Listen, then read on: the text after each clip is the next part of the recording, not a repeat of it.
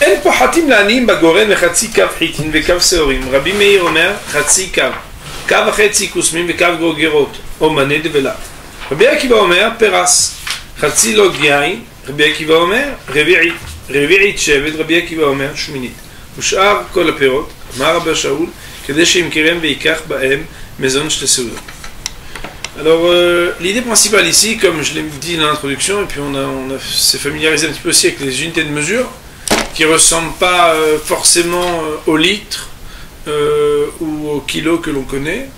La différence entre les ketchikra et PA, pour lesquels le pauvre vient se servir à des horaires, soit fixes, et le maaser ani, c'est que le maaser ani, il faut lui donner. Il y a une loi de venir et de lui donner. C'est-à-dire, ça fait partie de la misère de lui donner.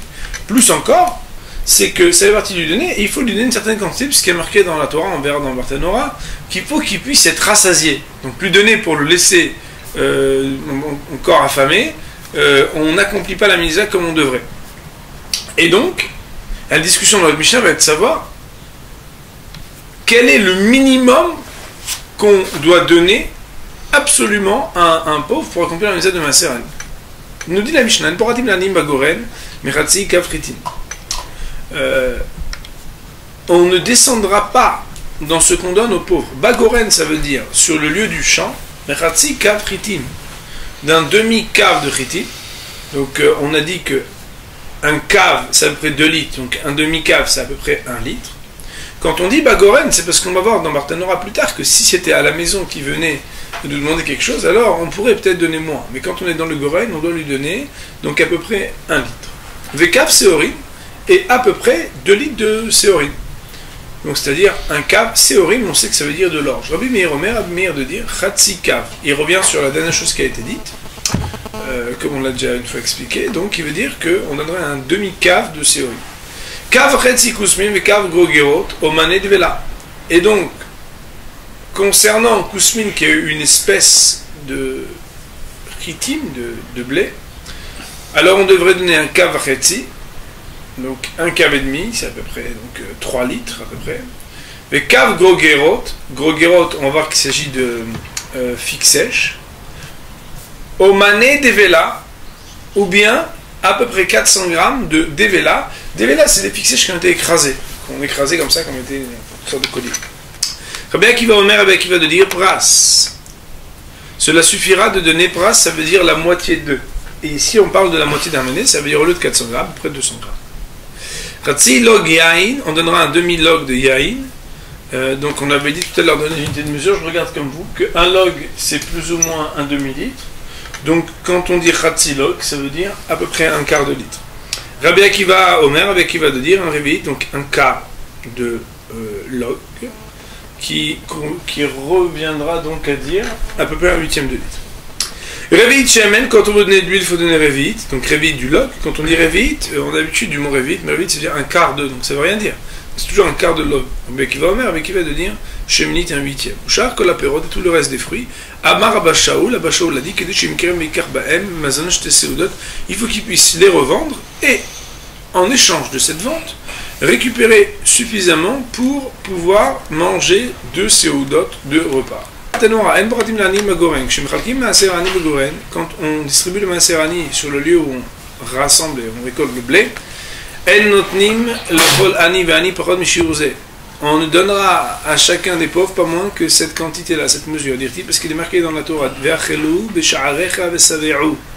et ils mangeront dans ta porte, et dans tes portes, ça veut dire au sein de ce que tu possèdes, et ils se rassasieront. Il faudra lui donner de quoi se rassasier.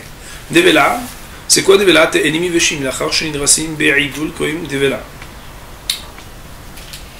Des figues sèches, après qu'on les ait écrasées et qu'on les ait mis donc, comme une sorte de collier, on les a mis rondes, arrondies, Kourim Devela s'appelle Devela. Et à partir du moment où on parle de Devela, on ne parle plus d'unité, mais de poids. Vous savez qu'il y a des choses qui sont ce qu'on appelle Davar Shebeminyan. Davar Shebeminyan, c'est des choses qu'on achète. Bonjour, vous voulez combien 2 kg d'œufs. Non, on ne dit pas 2 kg d'œufs. On dit 1 œuf, 2 œufs, 20 œufs, 30 œufs. Il y a des choses qu'on vend et qu'on achète Beminyan, et il y a des choses qu'on achète Mishkal au poids. Alors ici, le Barthénora nous dit Veshuvan Mikar Memida et Mishkal. Et quand on parle donc de Devela, on voit qu'on n'utilise plus l'unité de cave, de volume, mais on utilise une unité de poids. Pourquoi? Parce que à partir du moment où ils ont été écrasés, alors c'est plus par mesure volumique, mais par poids qu'ils vont être mesurés.